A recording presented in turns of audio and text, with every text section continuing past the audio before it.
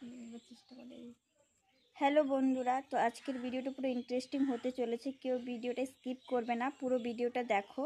তো আজকের ভিডিওর টপিক হইল বাঙালি ভার্সেস রাজবংশী।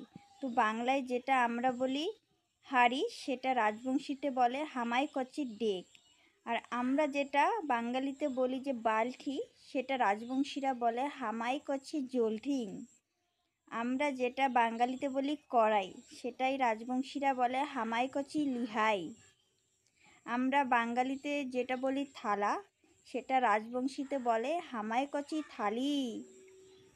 আমরা যেটা বাঙালিতে বলি বালতি, আবার বালতি হয়ে গেছে, থাক কেটে দেব।